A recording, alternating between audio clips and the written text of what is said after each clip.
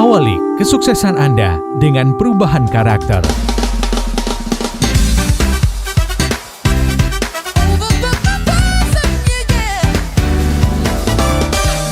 Smart Listener, segera kami hadirkan Smart Character bersama Power Character based on Business Transformation. Power Character bersama Yakub Ezra, Harmoni Ezra, dan tim. Selamat mengikuti.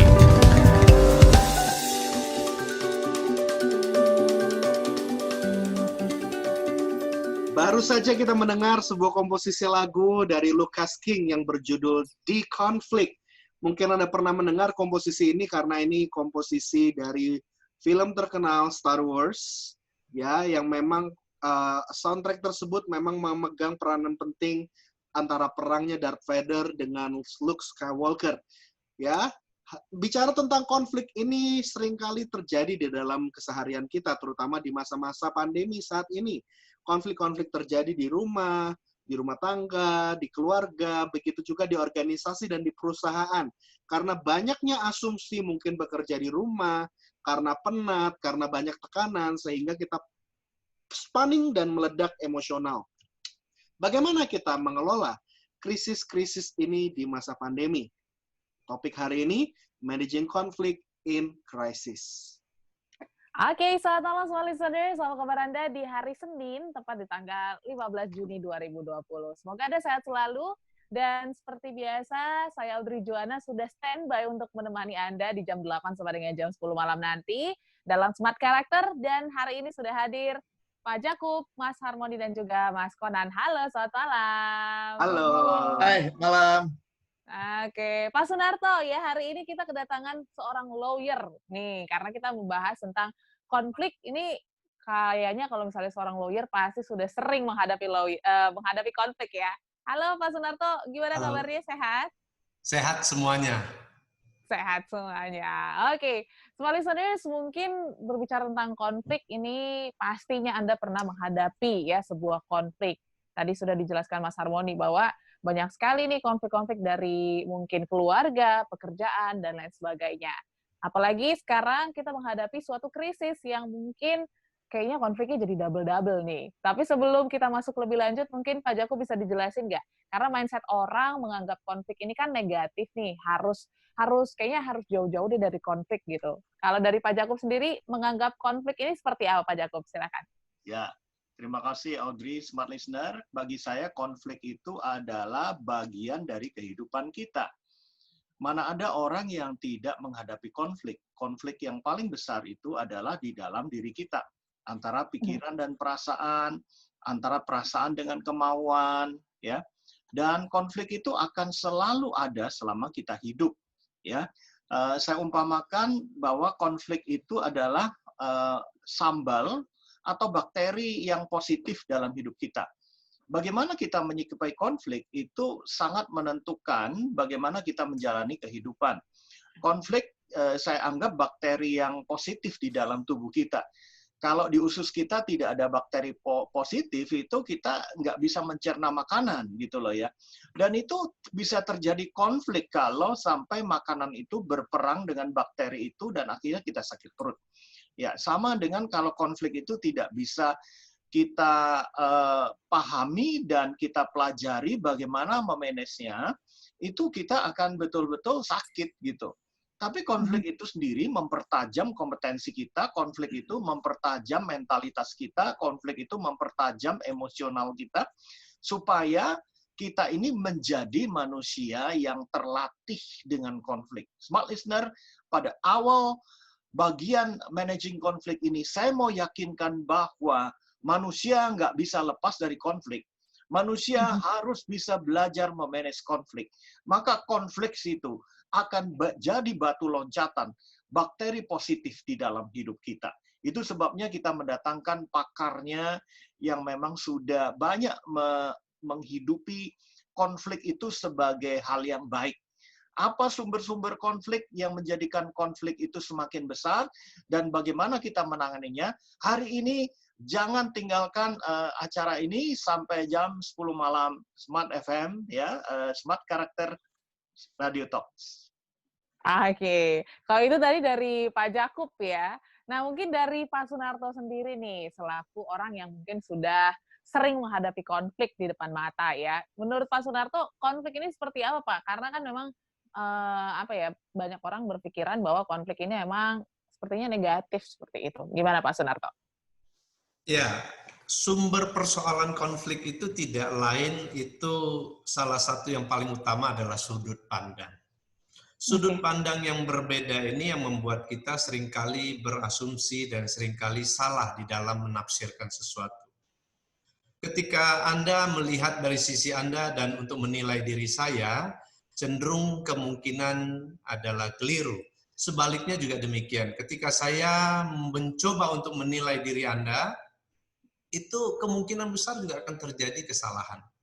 Nah, hal-hal itu kalau tidak disepahami bersama dan tidak ada peningkatan perubahan pola pikir kita menuju kepada pembenahan, kita akan mengalami konflik senantiasa dimanapun dan kapanpun, terhadap apapun dan siapapun. Oleh sebab itu saya pikir ketika konflik itu muncul, itu sebetulnya seperti saya merefleksikan kembali ke perkataan Pak Yakub, bahwa itu sedang mempertajam dari berbagai sisi apapun dari kita, baik mental kita, maupun karakter kita, maupun skill kita.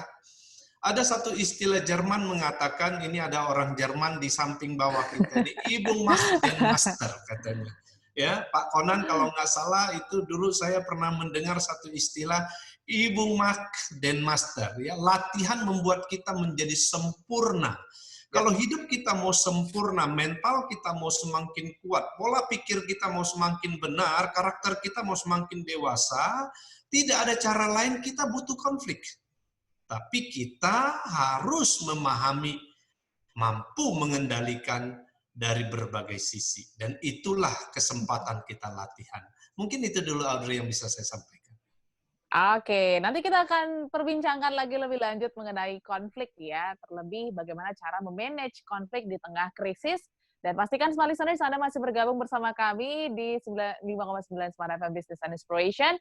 Dan kami nanti akan kembali lagi setelah yang satu ini. Oke, so listeners, kembali lagi dalam Smart Karakter. Malam hari ini membahas tentang sesuatu yang menarik ya, konflik di tengah krisis, bagaimana kita memanage-nya supaya pastinya bisa sesuai lah ya, tidak keluar batas seperti itu. Nah, tadi sudah disebutkan sebenarnya konflik itu seperti apa. Konflik itu ternyata bisa mempertajam gitu ya mentalitas dan banyak unsur yang bisa kita perbaiki setelah kita melewati konflik. Tapi mungkin dari sisi psychological-nya nih, Mas Harmoni ya, di tengah situasi krisis, konflik ini memang sangat baik atau memang harus kita alami atau gimana, Mas? Baik, bicara tentang psychological itu kan bicara tentang pikiran, perasaan, emosi manusia gitu ya. Saya mungkin membahas tatanan terhadap konflik diri sendiri deh. Ya, konflik terhadap diri sendiri ini ternyata banyak sekali dialami banyak orang. Barusan aja sebelum kita mulai, saya aja udah konseling satu orang gitu. Dan dia galau terhadap dirinya sendiri, terhadap hidupnya. Saya ini mau ngapain gitu ya, kok saya ini bingung, saya ini kok konflik dalam kerjaan, saya kok nggak happy, saya kok hidupnya gini-gini aja, apa yang saya harus lakukan dalam kehidupan gitu.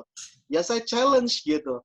Apakah Anda tahu tujuan hidup Anda kira-kira dalam waktu 20 tahun ke depan, mungkin usia 50 gitu, batas akhir usia, kira-kira Anda kebayang nggak mau ngapain gitu.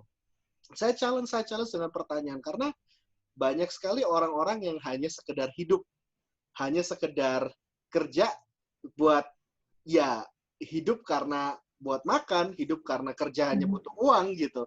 Dan kita sadar bahwa hidup itu lebih daripada itu semua. Ketika kita menyadari itu semua, ya maka kita akan terus, kalau belum menyadari hal itu dan belum menyelesaikannya, kita akan hidup hanya setengah-setengah. Kerja hanya karena disuruh, ya, kerja hanya karena diminta gitu ya, perform karena hanya dituntut gitu. Akibatnya kita nggak akan pernah bisa maksimal. Sebelum kita menyelesaikan konflik dengan diri sendiri, konflik antara pikiran, perasaan, konflik dengan tujuan, konflik tentang siapa diri kita tidak akan pernah maksimal dalam kehidupan kita. Oke, jadi lebih baik selesaikan dulu masalah dengan diri sendiri, berdamai dulu sama diri sendiri sehingga konflik yang mungkin di luar diri kita itu bisa terselesaikan. Seperti itu ya, Mas ya? Ya, betul. Oke. Oke, mungkin kita lanjut lagi ke Mas Konan nih ya. Apalagi sekarang PSBB transisi sudah dimulai nih, Mas Ya. Konan. Ya, kalau dari Mas Konan sendiri melihat ini kan salah satu challenge juga nih untuk teman-teman yang mungkin sudah WFH berbulan-bulan, akhirnya harus lagi kerja di office gitu ya. Dan bahkan ada juga yang beberapa perusahaan yang masih menyarankan karyawannya untuk tetap bekerja di rumah karena memang angka COVID juga semakin meningkat nih akhir-akhir ini. Ini jadi konflik tersendiri nih, konflik batin juga untuk beberapa karyawan atau mungkin beberapa pegawai. Mas Konan melihatnya seperti apa, Mas? Ya, makasih Mbak Audrey. Jadi ketika setelah PSBB orang sudah kembali ke kantor lagi ya, walaupun banyak yang juga masih WFH, tapi sebenarnya orang yang selama pandemi pas lagi PSBB itu benar-benar membangun kualitas diri, itu akan sangat berbeda sekali. Pas mulai masuk lagi tuh dewasa banget. Ya, pas mulai masuk tuh kayaknya banyak knowledge yang kaget gitu loh. Ini orang tuh jadi so solutif banget. Ternyata di tengah konflik dia nggak nonton drama Korea. Di tengah pandemik, di tengah orang pada bingung ngapain, padahal kan terlalu banyak kita untuk ngapa-ngapain. Nah, itu akan beda sekali startnya ketika orang mulai masuk lagi, ya, ketika orang selama masa pandemik dia itu sibuk menabur diri, ya, menabur kualitas diri, ya, bukan sibuk bersenang-senang. Karena bersenang-senang bikin kita jadi kopong atau kosong. Tapi kalau kita membangun kualitas diri, membuat kita sangat teguh gitu.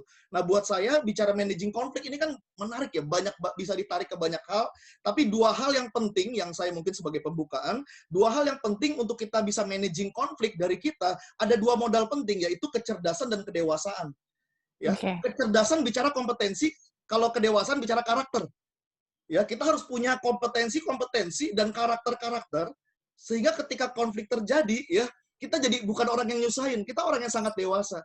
Nah, kedewasaan itu lahir dari proses-proses yang kita sadari dan kita responi dengan benar. Makanya kita jadi orang yang dewasa. Ya, kalau kompetensi, kalau kecerdasan bisa banyak hal ya, kecerdasan emosi, kecerdasan berkomunikasi, kecerdasan mentalitas atau adversity, banyak sekali kecerdasan. Nah, semakin cerdas seseorang mengasah dirinya dan semakin dewasa seseorang, konflik itu seperti bukan konflik bagi dirinya, walaupun bagi orang lain itu konflik, dia sangat bijak dan sangat kompeten untuk menghandle itu, walaupun ada krisis. Gitu. Oke. Wow, luar biasa ya. Jadi segitu pentingnya ya kita memanage konflik yang ada di hidup kita, seperti itu. Mungkin Pak Jakub bisa dijelasin lebih lanjut nih. Sebenarnya bagaimana sih kita memanage konflik di dalam kehidupan? Karena kan banyak orang yang langsung menghindar nih ketika ketemu konflik gitu. Apakah kita memang harus hadapi kah? Dan bagaimana sikap kita? Seperti apa, Pak Jakub? Saya langsung short to the point aja bahwa sumber dari segala konflik itu hanya satu kata saja. Nanti ahlinya Pak Sunarto akan mengupas sampai dalam, ya. Bagi saya dalam 30 tahun lebih ya menanganin konflik di perusahaan, konflik di keluarga, ya. Itu masalah satu kata ini. Satu kata ini membuat kita konflik tidak berkesudahan. Walaupun kita sudah berusaha setengah mati, tapi kalau ini tidak dibereskan, satu kata ini betul-betul akan menyusahkan kita. Ya. Dalam bahasa Inggrisnya, satu kata ini adalah trust. Dalam bahasa Indonesianya adalah kepercayaan. Atau dalam lengkap bahasa psychological-nya adalah sense of trust. Kalau seseorang kehilangan kepercayaan terhadap dirinya, dia punya konflik dengan dirinya. Kalau seseorang kehilangan kepercayaan kepada sesama, dia punya konflik secara relasi. Kalau dia kehilangan trust dengan Tuhan, biasanya dia nggak mau dekat dengan Tuhan. Kalau dia kehilangan kepercayaan terhadap barang-barang atau situasi atau lingkungan, maka dia jadi obsessive compulsive disorder, ya, OCD. Nanti Harmoni akan jelaskan. Jadi banyak sumber konflik ada secara Eagle Communication 5 sumber konflik, nanti Pak Sunarto juga jelaskan. Ada juga dari Harvard sumber konfliknya seperti apa. Ada juga dari psychological barang orang situasi. Tetapi kalau saya simpulkan dalam satu kata, bagi saya sumber segala konflik yang tidak terselesaikan yaitu trust atau kepercayaan. Bagaimana kita bisa mengerjakan kepercayaan orang lain dan bagaimana kita menjadi pribadi yang bisa dipercaya. Kalau itu nggak bisa selesai, hidup kita akan penuh dengan konflik. Oke, mungkin kita balik lagi ke Pak Sunarto ya. Tadi sudah disinggung oleh Pak Jakub bahwa ada sumber-sumber nih, sumber-sumber penyebab konflik. Menurut Pak Sunarto sendiri, sebenarnya sumbernya itu dari mana aja sih, Pak? Ya, Audrey, itu ketika sesuatu terjadi, itu pasti ada sumber sebab akibat. Hukum kausalitasnya pasti ada. Nah, kalau di dalam teori konflik itu, kita bisa melihat ada 5 sumber yang menyebabkan sesuatu yang men-trigger konflik itu terjadi. Itu bisa terjadi karena pengelolaan data yang tidak baik, ya. 1 adalah data, sumber penyebab konfliknya, ya. 2, itu bisa terjadi karena pertentangan titik temu di dalam struktur, ya. 3, hubungan. 4, nilai. Dan 5 adalah kepentingan. Salah satu dari 5 bagian itu seringkali yang memunculkan konflik terjadi. Saya ambil satu contoh ya. Ini contoh klasik sekali ya. Ini contoh klasik dan saya pikir contoh ini catat di dalam sejarah. Sejarah mencatat ada seorang yang sangat bijaksana, yaitu kalau di dalam teman-teman dari Muslim, mereka mengenalnya sebagai Nabi Sulaiman. Kalau dari teman-teman beragama Nasrani, mereka mengenalnya sebagai Raja Salomo. Pada saat pertama kali beliau duduk sebagai raja, sejarah mencatat dia memiliki sebuah hikmat untuk menangani satu konflik yang sangat krusial dan esensi menurut saya, sederhana tapi sangat penting. Pada saat 2 wanita yang merebut seorang anak yang salah satu anaknya meninggal, raja atau nabi yang begitu bijaksana mengambil sebuah keputusan yang sederhana tapi sangat dalam. Ketika itu dia menyampaikan bahwa jikalau memang anak ini menjadi perebutan, mari kita potong anak ini menjadi 2. Ketika keputusan itu diambil, tentu dia mau mengetahui niat dari para pihak yang sedang konflik. Di situ dia bisa menguji siapa sesungguhnya orang yang benar di antara kedua, yang tentu harus ada satu yang tidak benar. Melalui sebuah sikap perkataan yang tajam seperti itu, ya, dia bisa mendapatkan satu jawaban dan diputuskan yang terbaik. Dan saat itu diputuskan bahwa memang yang berhak atas anak yang dipersengketakan itu adalah wanita yang paling berhak sesuai dengan sikap niatnya yang dibuktikan. Nah, saya mengutip perkataan dia itu yang ditulis di dalam sebuah buku yang ditulis oleh Stanley Covey di dalam Egg Habit. Okay. Di situ ada satu judulnya, dia tulis begini, bagaimana menggunakan suara kita yang bijaksana untuk menghasilkan sebuah keputusan yang tepat. Nah, suara yang bijaksana ini tentu harus melalui proses sampai sedemikian rupa sehingga dia akan mencapai satu titik di mana suara itu mengandung nilai bijaksana. Nah, sama seperti kasus yang saya contohkan tadi, dia menemukan satu titik keputusan yang bijaksana karena melalui proses yang berkepanjangan ini dan bisa menghasilkan keputusan yang tepat dan berguna bagi banyak pihak. Saya kira itu salah satunya seperti itu, Audrey. Terima kasih.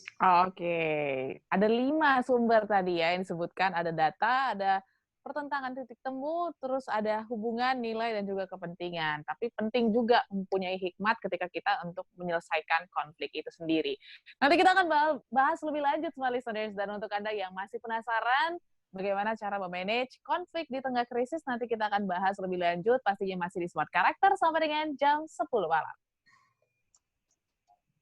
Oke, smart listeners, masih dalam Smart Karakter malam hari ini, dan masih bersama saya Audrey Joanna, ada Pak Sunarto, ada Mas Konan, Mas Harmoni, dan juga Pak Jakub malam hari ini. Masih membahas tentang manajemen konflik di tengah krisis, dan tadi sudah dibagikan oleh Pak Sunarto bagaimana ya sumber-sumber dari konflik itu sendiri. Tapi mungkin biar lebih realistis gitu ya, mungkin ke Mas Konan dulu. Kira-kira selama ini Mas Konan kan juga bergerak di Power Karakter nih ya Mas ya. Konflik-konflik yang ditemuin selama krisis ini seperti apa Mas? Mungkin bisa sharing gitu supaya listeners punya gambaran gitu ya. Oh, selama krisis ya. Kalau selama krisis ini Pak Yakub kan tadi menyebut ya ada dari Harvard itu ada tambahan 4 sumber konflik tambahan ya. Tadi kan Pak Sunarto bilang banyak konflik disebabkan ada karena data nggak lengkap bisa jadi konflik loh, salah-salahan. Makanya di Power Karakter lintas divisi harus ada job request. Jadi kagak bisa tolong ya misalnya divisi training lalu minta tolong ke divisi yang support gitu ya. Tolong buatin ABCD. Oke, siap. Itu pas hari H-1 kita tagih bisa loh kapan mintanya? Bisa nggak ngaku itu.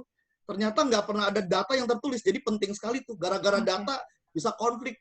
Kan udah ngomong, udah bilang iya kapan pas di depan WC. Nah kita jadi saling inget-inget dan nggak ada yang mau disalahin. Jadi penting sekali tadi yang Pak Sunarto bahas ya, masalah data itu bisa jadi masalah, maka penting setiap data harus tervalidasi ya.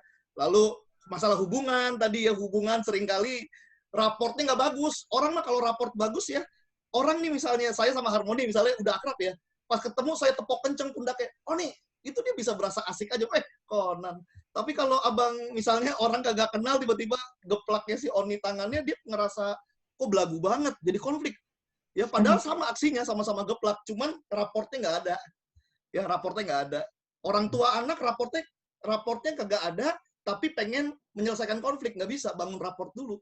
Karena kalau raportnya bagus, ditanya berasa dipeduliin, kalau raportnya nggak bagus ditanya berasa diinterogasi.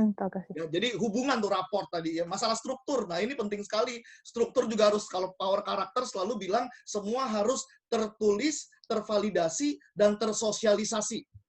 Ya, supaya semua itu terrecord gitu loh. Bukan loh kan atasan saya siapa, jadi semua cuma by asumsi aja ya. Tadi ada minat, ada value, nilai-nilai. Orang pernah nanya sama saya, Pak Konan, sebenarnya nilai-nilai apa sih yang paling penting di perusahaan? Ya saya bilang nilai-nilai perusahaan. Ya. Jadi karena terlalu banyak nilai. Kalau banyak nilai, lu mau sebut apa? Apa Pak 5 terpenting? Lah Anda kerja di mana? Cari tahu apa nilai-nilai di sana. Nah itu yang terpenting. Iya. Dan nilai perusahaan itu mesti selaras dengan nilai hidup kita kan? Betul Pak. Ya. Dan kalau mau satu aja yang saya harus sebut ya integritas, karena integritas nilai kita terhadap Tuhan deh. Ya kalau integritas, kejujuran itu ya udah, kalau mau tarik number 1 itu, selebihnya harus tahu nih perusahaan punya nilai apa. Nah banyak anak buah, bahkan manajer, bahkan owner nggak tahu nilainya apa. Pokoknya nilainya apa ya, walaupun udah pernah mungkin panggil konsultan. Jadi penting tuh nilai-nilai perusahaan apa ya. Ya, nah itu. Nah tambahannya kalau dibilang masa sekarang dari Harvard bilang ada tambahan 4 lagi. Ya, faktor konflik berikutnya adalah motivasi. Ya, motivasi, oke. Ya, motivasi. Ya, perbedaan motivasi ya, yang satu motifnya atau semangatnya ya drop, yang satu tinggi, ya itu perbedaan motivasi itu juga nggak enak loh. Coba deh kita ngajar ya, saya motivasi menggebu-gebu, yang diajar tuh ngantuk, memble, lemes, itu kita sebagai pengajar bisa konflik itu kalau nggak pinter-pinter, bisa sebel, bisa pengen cepet-cepet udahan. Ya, lalu konflik berikutnya adalah penyebabnya organisasi, ya makanya organisasi harus punya fondasi yang bagus. Nah itu Power Karakter udah pakarnya deh. Ya 5 fondasi perusahaan yang harus perusahaan punya untuk apa? Meminimalisir konflik. Kenapa? Karena kita punya dasar yang kita sepakati bersama. Salah satunya aja dari 5 fondasi perusahaan adalah visi, misi, budaya. Nah semua harus tahu, balik lagi nih visi mana. Nah itu organisasi harus clear fondasinya, ya. Lalu yang ketiga bicara kompetensi ya, yang tadi saya bilang di awal Mbak Audrey ya, harus kompetensi kita apa? Dan yang terakhir adalah komunikasi. Kalau ditanya lagi masa pandemi gini, masalah keempatnya kena deh ya, terutama motivasi, komunikasi, sama kompetensi. Ya, komunikasinya via begini, banyak owner-owner atau leader-leader yang abai. Ya udah deh, bukannya lebih dibangun lewat Zoom ya.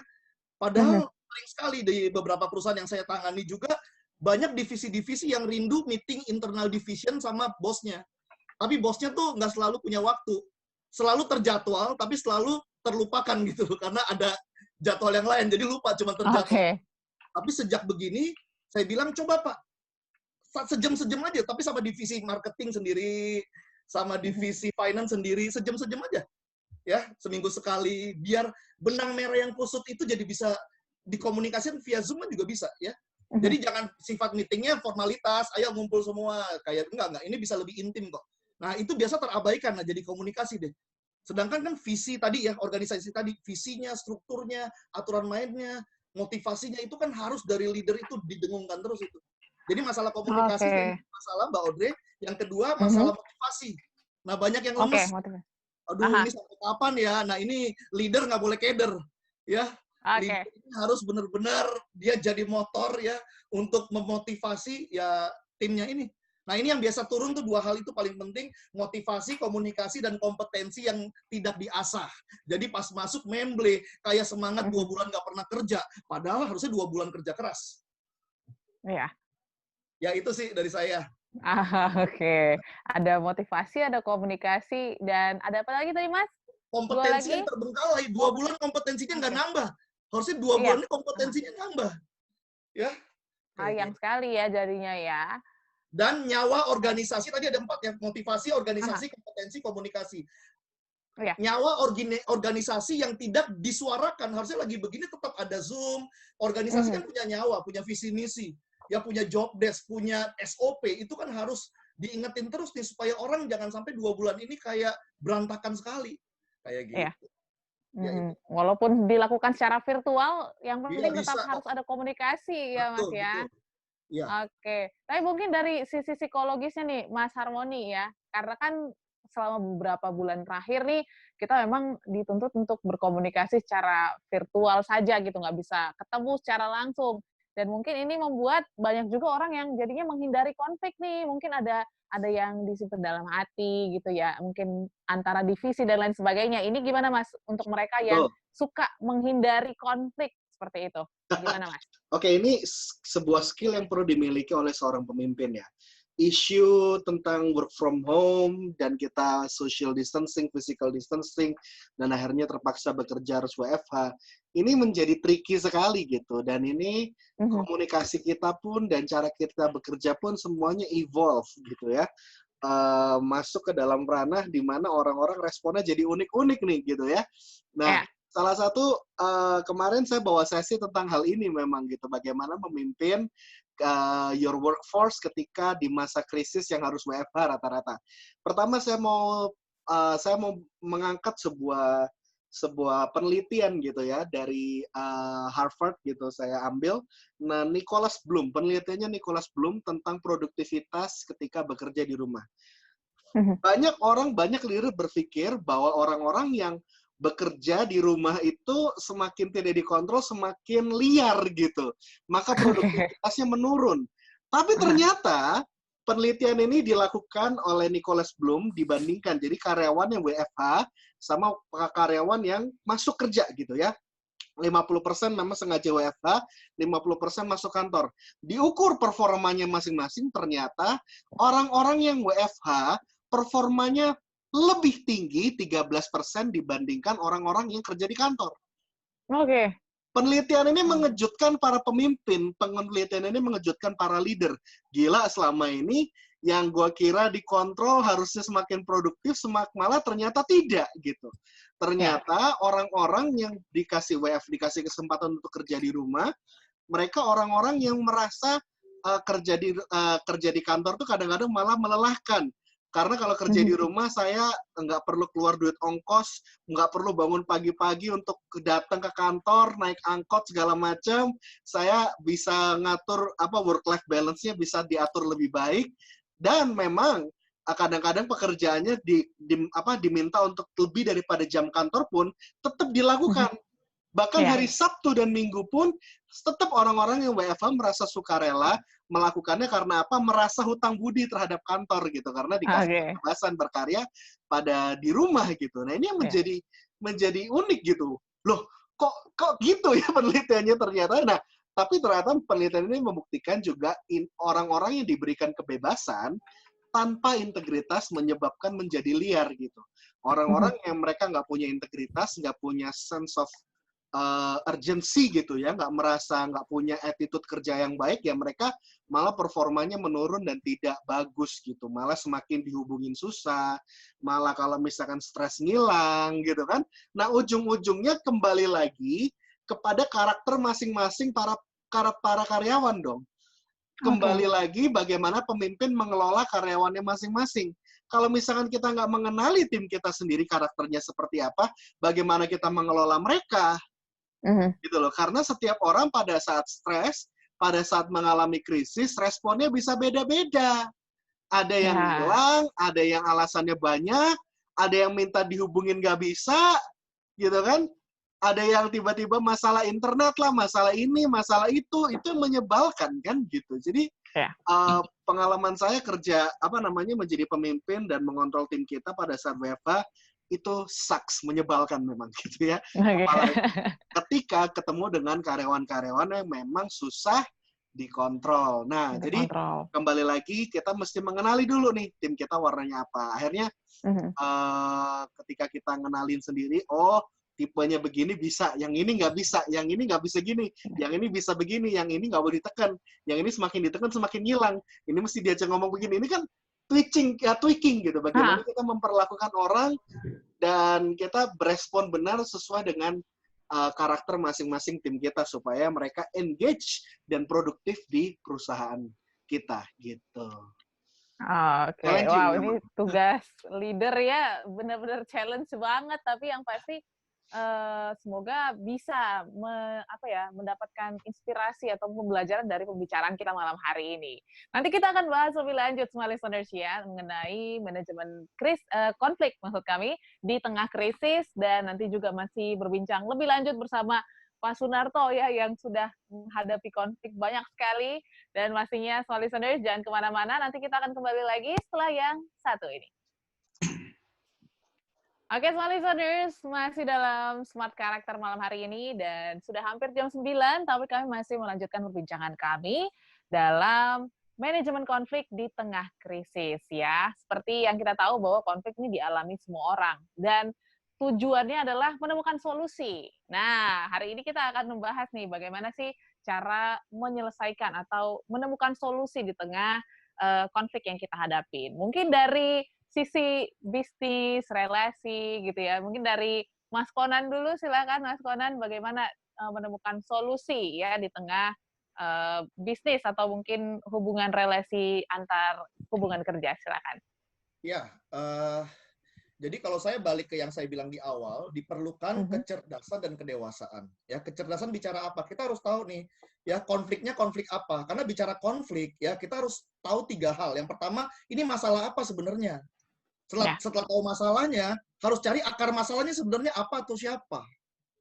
Ya, karena takutnya yang kita beresin masalahnya doang, ya. Yang ketiga baru berpikir solusinya apa. Ya, selalu berpikir solusi tapi dimulai dari identifikasi masalah. Nah, orang yang cerdas, ya, orang yang punya kecerdasan, apalagi areanya, kalau areanya tergantung areanya apa ya, itu skill apa yang kita butuhkan. Jadi kalau orang yang cerdas, dia harus tahu, ya masalahnya ini masalah apa sih? Jadi kalau udah melebar malah ngomongin yang lain, malah kemana-mana, malah tiba-tiba kok kita nggak ditakdirkan bersama, atau malah melenceng-melenceng, tunggu ini masalahnya apa sih? Kok jadi nggak ditakdirkan bersama gitu ya? Jadi harus tahu masalahnya apa, lalu akarnya tuh apa? Akar masalahnya apa? Ya, baru solusinya berarti bagaimana? Ya, akar masalah carinya gimana ya? Banyak tools ya untuk cari akar masalah. Ada fishbone, ya diagram tulang ikan, ada mind map, ada bertanya why, kenapa begini, Misalnya ada anak yang nilainya buruk ya, nilainya jelek. Ya, itu kan kita harus masalahnya nilainya jelek, udah clear tuh masalahnya nilainya jelek. Tapi kan kita nggak bisa langsung ganti guru les deh. Mungkin masalahnya bukan ganti guru les, Ya, perusahaan nggak berkembang, masalahnya bukan ganti konsultan dong. Ya, karena itu kan masalah yang di permukaan, ganti guru les gitu. Padahal pas dicek-cek, oh, pas kita cari gali akar masalahnya, ternyata si anak ini, dia kalau di kelas nggak fokus. Kenapa nggak fokus? Suka ngantuk. Ya, pas ditanya digali lagi, ternyata kenapa suka ngantuk? Dia di rumah, tidurnya malam. Kenapa tidurnya malam? Ternyata hobi main game. Suka banget main game. Oh, ternyata masalahnya itu. Akar masalah, baru cari solusinya. Jadi, kecerdasan dilatih dengan menemukan masalah, menggali akar masalah, lalu mencari solusi. Nah, kalau karakter, bicara sudut pandang ya, bagaimana kita memandang itu dengan benar. Bagaimana kita melihat masalah dengan karakter kita yang cara berpikirnya itu win-win solution. Kita nggak bisa mau nyelesain konflik, tapi gaya kita win-lose. I win, you lose. Pokoknya I win, you lose. Datang sebagai hakim. Yang benar saya, ini yang salah. Kita mau beresin dengan memberesin yang salah. Oh, tunggu dulu, emang yang benar siapa? Menurut siapa? Karena tiap orang benar menurut pikirannya sendiri. Jadi kita nggak bisa datang dengan gaya hakim. Ya, kita datang harus dengan raport yang baik. Ya, raport yang baik supaya orang tuh bisa kita beresin dari pikirannya, tapi bukan dengan pendekatan benar salah gitu, menang kalah. Kita harus berpikir win-win. Ya, malah saya belajar, kita harus belajar untuk kadang mengalah ya, karena banyak orang diajar bagaimana caranya untuk menang, tapi nggak pernah diajarin bagaimana caranya untuk ngalah. Sedangkan ngalah itu bukan kalah sih, menang dengan cara yang berbeda aja. Cuman orang ribut pengen menang, akhirnya ya udah. Dia memenangkan perdebatan, tapi kehilangan hubungan. Akhirnya ada konflik baru yang timbul yang lebih menyakitkan. Walaupun secara mungkin masalah yang muncul seolah-olah selesai. Ya, seperti itu. Jadi kalau kata saya, tingkatkan kecerdasan dan karakter. Kecerdasan itu bicara ilmu-ilmu yang kita pelajari. Sangat banyak deretan soft skill. Jadi kita nggak bisa males. Masukin buku, tontonan, mentor yang bagus, sehingga kita semakin lama semakin cerdas. Ya, kita punya banyak peluru gitu loh. Kita nggak bisa cuma punya satu peluru. Ilmunya cuma satu aja nggak bisa. Ya, basoka bagus sebagai senjata, tapi kan saya nggak bisa pakai buat semua hal. Masa ada kecoa di rumah saya basoka, hancur, malah rumahnya hancur juga gitu. Kita harus punya banyak senjata, banyak ilmu sehingga kita piawai, lihai. Nah, untuk lihai menggunakannya dibutuhkan karakter yang benar. Karakter yang baik, ya, karakter yang dewasa, melihat sesuatu, ya kan, melihat sesuatu dengan sudut pandang yang benar. Karena karakter bicara kedewasaan dalam menilai sesuatu. Seringkali kesalahan terjadi cara kita menilai sesuatu.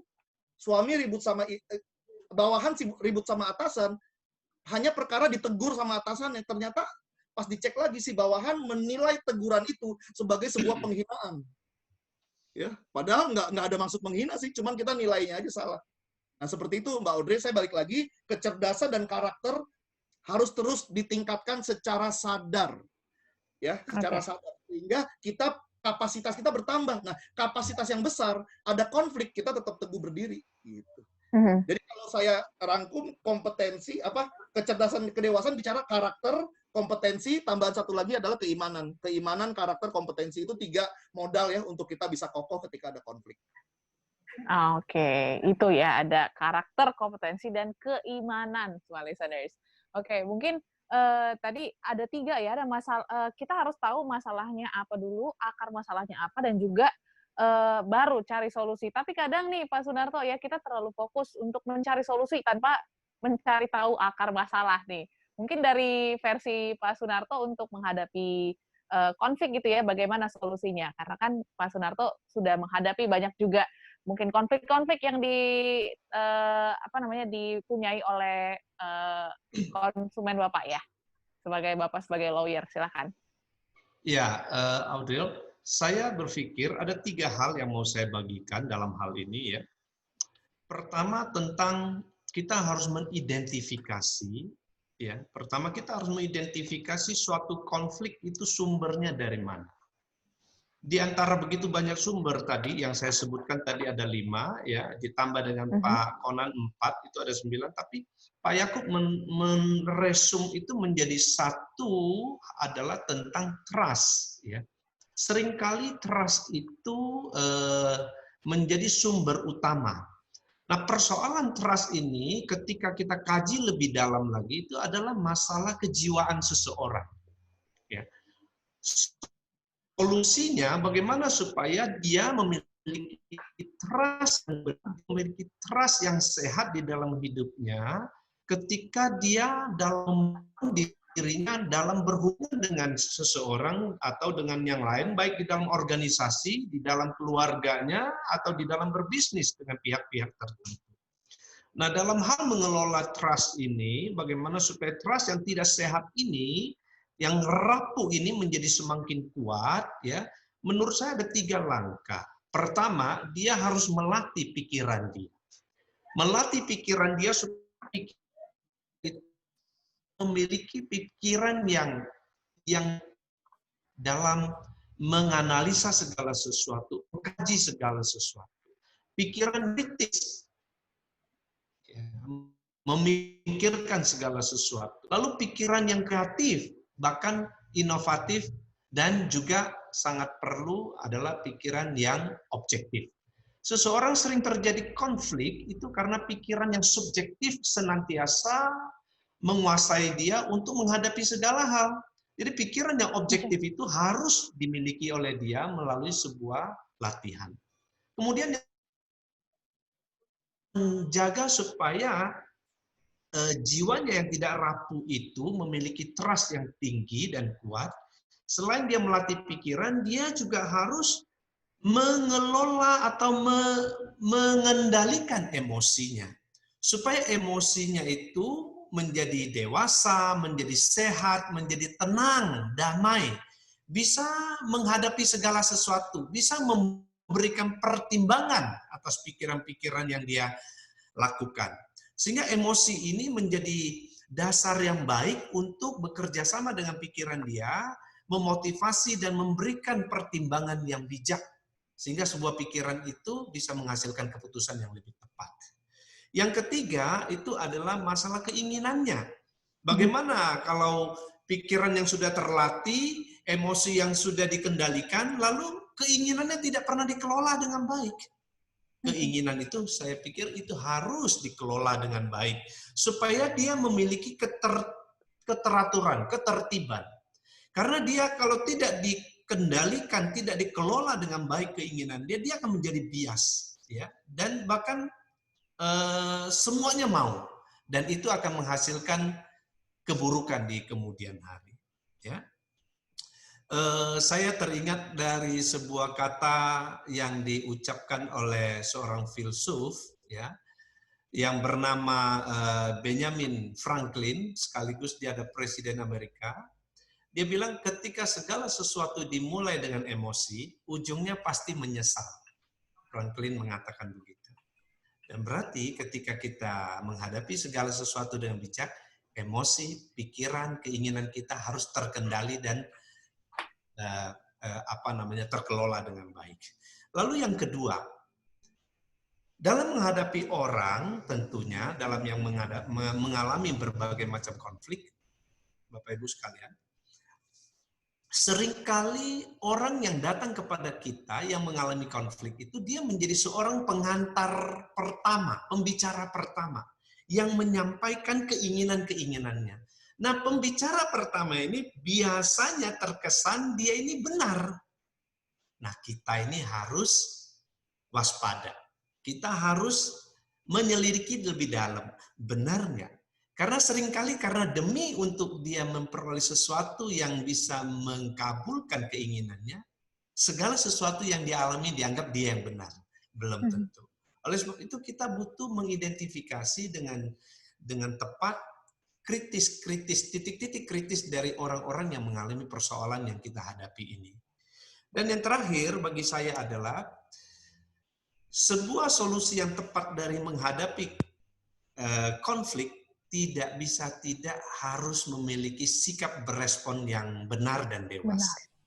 Orang yang menghadapi konflik itu ketika dia dewasa, dia tidak pernah menghindar dari persoalan yang dialami. Dia tidak pernah mencari kambing hitam siapa yang salah. Dia juga ketika menghadapi konflik tentu ada penyebabnya. Dan dia tetap komitmen untuk menyelesaikan sampai tuntas apa yang dia hadapi. Nah, orang yang dewasa juga dia tidak pernah menyerah. Ya. Menghadapi segala sesuatu itu tentu banyak tantangan, tapi tidak perlu menyerah. Pasti ada solusinya ketika kita terus berhadapan dengan itu. Nah, orang-orang yang dewasa itu juga tentu menghadapinya dengan tidak pernah meninggalkan kesan bahwa segala sesuatu pengalaman itu adalah guru yang baik bagi dia. Dia belajar dari pengalaman yang sudah dia berkali-kali hadapi dan dia jadikan menjadi sebuah hikmah dari kehidupannya untuk menjadi pengalaman yang lebih baik, guru yang baik dalam menghadapi konflik. Saya kira 3 hal yang itu yang saya sampaikan, Audrey. Makasih. Oke, itu 3 hal yang penting sekali ya untuk kita bangun, smart listeners. Dan pastinya untuk Anda yang masih mendengarkan perbincangan kami, sebentar lagi kami akan melanjutkan perbincangan kami dan juga menganalisa tanda tangan Anda. Nah, untuk Anda yang mungkin ingin dianalisa tanda tangannya, Anda bisa kirimkan ya hari ini dan kami akan bacakan dan juga analisa di minggu depan, smart listeners, karena kami melangsungkan siaran ini secara rekaman ya. Jadi untuk Anda yang ingin dianalisa tanda tangannya minggu depan, silakan kirimkan di 0812 11 12 959 dengan tanda tangan dan juga nama di bawah tanda tangan Anda, foto yang jelas, dan pastikan Anda menggunakan tinta hitam ataupun biru di kertas putih ya, atau mungkin di sticky notes boleh lah ya. Dan kami nantikan tanda tangan Anda, smart listeners, dan jangan kemana-mana. Untuk Anda yang beruntung, hari ini kita akan analisa tanda tangannya. Nanti kita akan kembali setelah yang satu ini. Baru saja kita mendengar lagu dari Jason Gray, ya, berjudul Order, Disorder, Reorder. I thought the storm would never come to an end. I begged you again and again to send miracle, but the storm was the way you broke my heart open wide to get to what was hidden inside and call it beautiful. Order, disorder, and reorder. Ya, bicara tentang lagu ini dalam sekali karena susah untuk kita melihat keindahan di balik kekacauan gitu. Mungkin kita seringkali berdoa, kita memohon kepada Tuhan supaya badai ini berlalu. Tapi kalau misalkan kita nggak mengizinkan Tuhan untuk membentuk hati kita dalam konflik, dalam krisis yang kita alami, maka kita akan menjadi pribadi yang biasa saja dan tidak akan menjadi pribadi yang lebih baik selama kita punya respon yang tetap keras kepala, keras hati, dan tidak mau berubah. Sesuai dengan topik pada malam hari ini, managing conflict in crisis.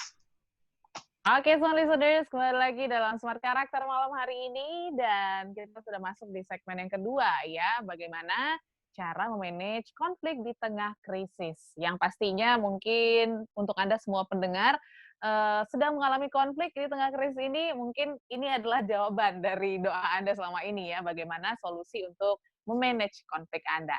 Dan hari ini kami akan membaca atau menganalisa beberapa tantangan Anda yang sudah Anda kirimkan di minggu lalu. Terima kasih banyak untuk Anda yang sudah berpartisipasi. Dan untuk Anda yang ingin berpartisipasi di minggu depan, silahkan kirimkan di 0812 11 12 959. Kami akan analisa beberapa tanda tangan di minggu depan ya, karena kami menjalankan siaran ini secara rekaman. Oleh karena itu, mungkin kita langsung saja awali segmen kedua ini dengan analisa tanda tangan. Yang pertama mungkin Mas Konan dari Ibu Agustina yang ada di Jawa Barat. Silakan, Mas Konan. Ya, halo Ibu Agustina, ya dari Jawa Barat. Thank you udah partisipasi, kirim tanda tangan. Saatnya akan dianalisa. Dari guratan tanda tangannya Ibu nih, Ibu Agustina, Ibu tipikal orang yang punya kesabaran yang sangat bagus ya. Orangnya sabar, orangnya juga punya kepedulian yang juga sangat-sangat menolong banyak orang lah ya. Ibu juga tempat curhat yang baik nih, tempat curhat favorit ya. Orangnya juga friendly ya, jadi banyak orang yang senang berteman sama Ibu, dan orangnya sangat simple, nggak suka yang ribet-ribet gitu ya. Nah, kalau terkait apa yang kita bahas hari ini, beberapa hal harus Ibu coba untuk upgrade kalau apa yang saya bacakan ini itu benar Ibu rasakan. Kalau enggak, tandanya Ibu sudah mengupgrade sebelum dibacakan. Ya, yang pertama terkait hubungan, ya, Ibu punya rasa sungkan yang cukup tinggi, ya.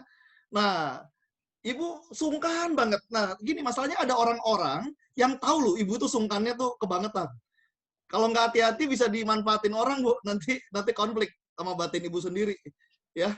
Jadi sungkan harus punya value ketegasan, belajar untuk tegas. Tegas nggak harus ngegas. Orang mikir tegas itu galak, tegas itu kasar. No. Ya, tegas itu kita tahu kenapa kita bilang enggak, kenapa kita bilang iya. Ya, tegas itu harus didasarkan sama value, ya, sama kepentingan yang lebih penting gitu.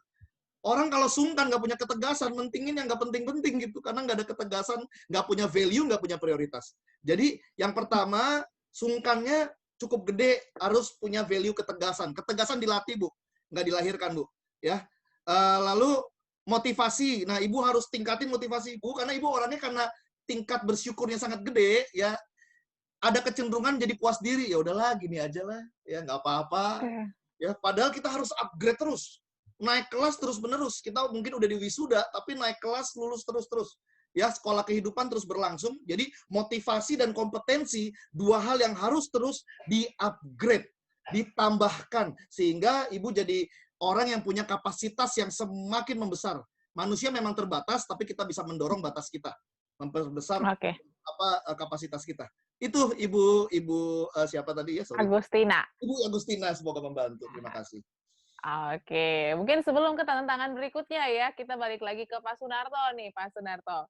Kira-kira kalau misalnya bicara tentang konflik, kan tadi Pak Jakub mengatakan bahwa trust ini nomor 1 gitu ya, kepercayaan, baik kepercayaan untuk sesama maupun ke diri sendiri, kita juga harus percaya gitu. Sebenarnya bagaimana nih Pak, untuk cara kita membangun trust sendiri di tengah kita menjalani konflik, karena kadang kita tuh jadi nggak percaya diri ketika kita menghadapi konflik tersebut. Ya, Audrey, kepercayaan itu sebetulnya memang adalah modal paling tinggi, terutama di dalam bisnis ya. Tetapi kalau sebelum kita berbicara bisnis terlalu jauh, saya pikir kepercayaan yang mendasar itu, katakanlah kita sebagai suami juga butuh dipercaya oleh istri. Sebaliknya, istri juga butuh dipercaya oleh suami. Kepercayaan itu sebetulnya adalah paling mendasar.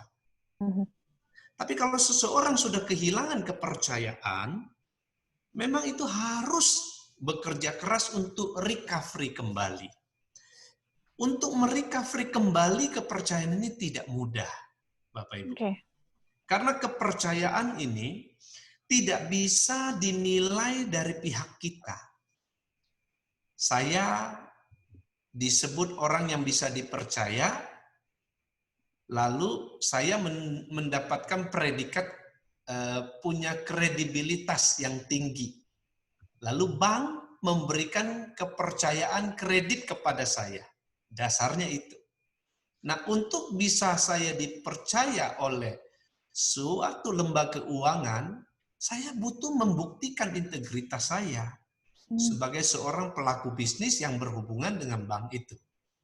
Nah, kalau integritas saya, apa yang saya perkatakan, apa yang saya perbuat itu tidak sinkron, itu yang cenderung membuat kita tidak bisa dipercaya. Nah, ketika kita tidak bisa dipercaya, hadirlah sahabat, hadirlah orang-orang yang dekat, hadirlah orang-orang yang mau memberikan masukan. Disampaikan, Pak, Bu, Bapak ada kesalahan di sini, Bapak ada masalah di sini, Bapak mau berubah atau tidak, Bapak menyadari atau tidak.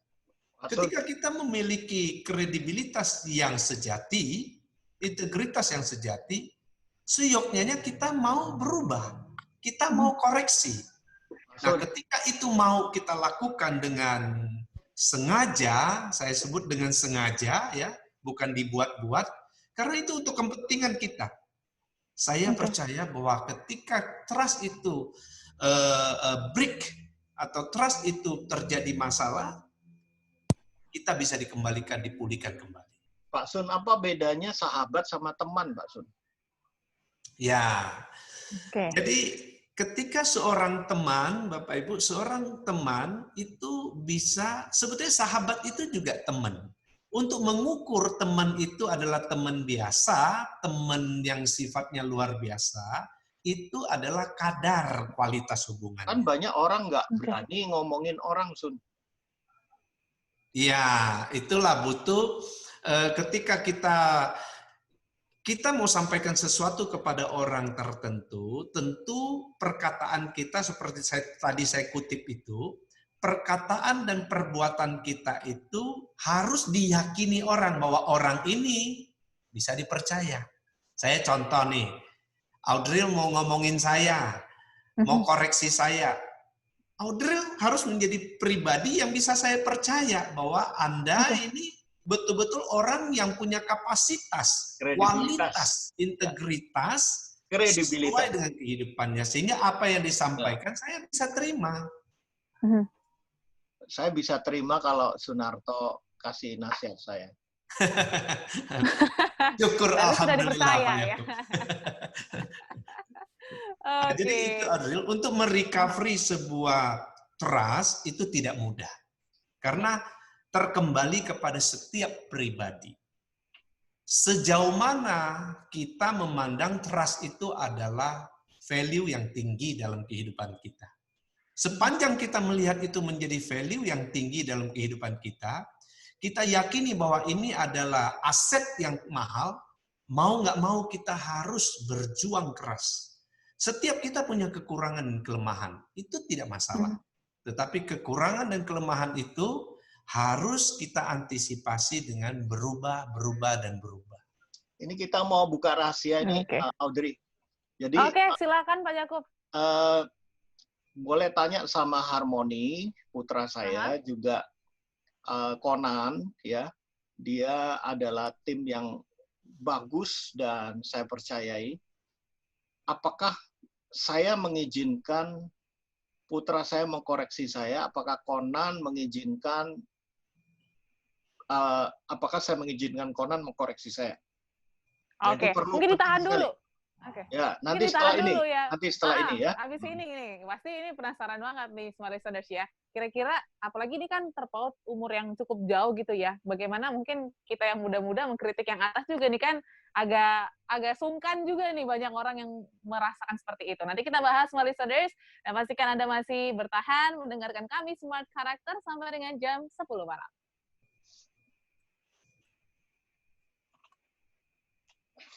Sun? Ya, Pak.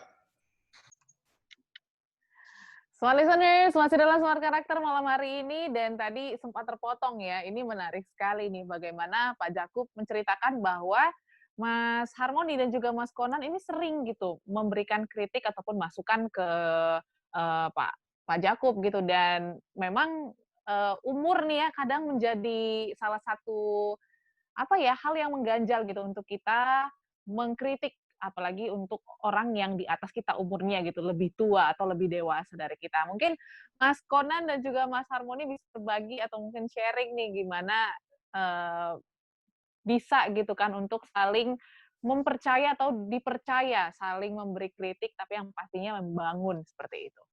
Mas Conan dulu silakan. Maksudnya, sorry, apa contohnya waktu aku kasih masukan ke Pak Yakub, maksudnya gitu, sorry. Sharing mungkin, karena kan biasanya banyak orang gitu yang pengen ngasih saran ke orang yang lebih tua tapi kadang segan gitu, Mas. Oh iya. Nah mungkin Mas Conan gimana nih cara dari awalnya, apakah memang kepercayaan itu dibangun supaya memang bisa saling kasih masukan walaupun terpaut umur yang cukup jauh seperti itu, Mas? Ya, kuncinya sih izin dari yang dari atasannya. Ya, kuncinya adalah izin ketulusan dari atasannya gitu. Kalau kagak dikasih izin ya kita bawahan jangan terlalu polos untuk kasih masukan. Harus ada izin dulu. Kalau Pak Yakub kan selalu mengizinkan. Ya, saya menjadi lebih baik, saya butuh masukan gitu kan. Yang pertama izin, yang kedua ketulusan dari yang ngasih izin. Ya, karena kan ada atasan yang saya siap untuk dikasih masukan. Tapi hawanya sudah seperti jebakan Batman gitu loh. Jadi orang akhirnya nadanya juga siapa yang berani kasih masukan kepada saya? Udah takut duluan ya. Gesturnya begitu. Saya siap untuk dikritik. Yaduh, udah deh. Daripada THR nggak turun. Maksudnya ya ketulusan itu kan terlihat dari nonverbal ya. Ketulusan bukan dari kata-kata. Saya tulus, kalian kritik silakan. Tapi kan dari nonverbalnya kan, gesturnya, cara dia mendengarkannya, cara dia bukan langsung defend kan, belum kelar udah di defend gitu. Ya kan? Dia dikritik tapi keputusan di tangan saya. Seperti itu. Jadi buat saya ya kalau Pak Yakub dia kan emang Pak Yakub di awal kan memang selalu kasih izin ya. Pak Yakub juga ya sincere gitu loh. Kalau kita kasih masukan ya denger. Saya ingat banget waktu awal-awal harusnya Pak Yakub lupa karena ini beberapa bulan di awal saya baru gabung di Power Karakter. Itu klien Hadi Prana, Pak. Itu kan awal banget itu. Waktu saya join kan Pak Yakub bilang kalau ada ya kasih masukan, observe gitu-gitulah. Lagi training Pak Yakub, ya masukan kecil sih. Lagi training kan pakai meja bundar, Pak Yakub trainingnya kan bagus, tapi di depan doang gitu loh. Pas lagi istirahat saya langsung Bapak, mungkin lebih bagus kalau Bapak juga jalan-jalan karena ada yang di sana tuh kayaknya jauh banget gitu. Oh ya, Pak Yakub. Pak Yakub bilang sih, thank you buat atensinya, buat perhatiin. Oke, saya akan lakukan dan ya dilakukan sih gitu. Mungkin Pak Yakub lupa itu saya di awal-awal ada ngomong begitu, udahlah karena Pak Yakub kan saya orangnya polos kan. Pak Yakub bilang kasih masukan, saya kasih masukan. Tapi ada orang yang takut salah, takut marah, takut ini. Dan kamu tuh polos bermakna. Polos bermakna. Polos bermakna ya. ya jadi gitu. Jadi kalau saya sih waktu itu ya coba saya ngomong kan saya dan gestur Pak Yakub kan waktu itu juga oke. Kalau misalnya enggak kan saya jadi belajar kapok kasih masukan gitu kan. Waktu itu sih oke. Gitu.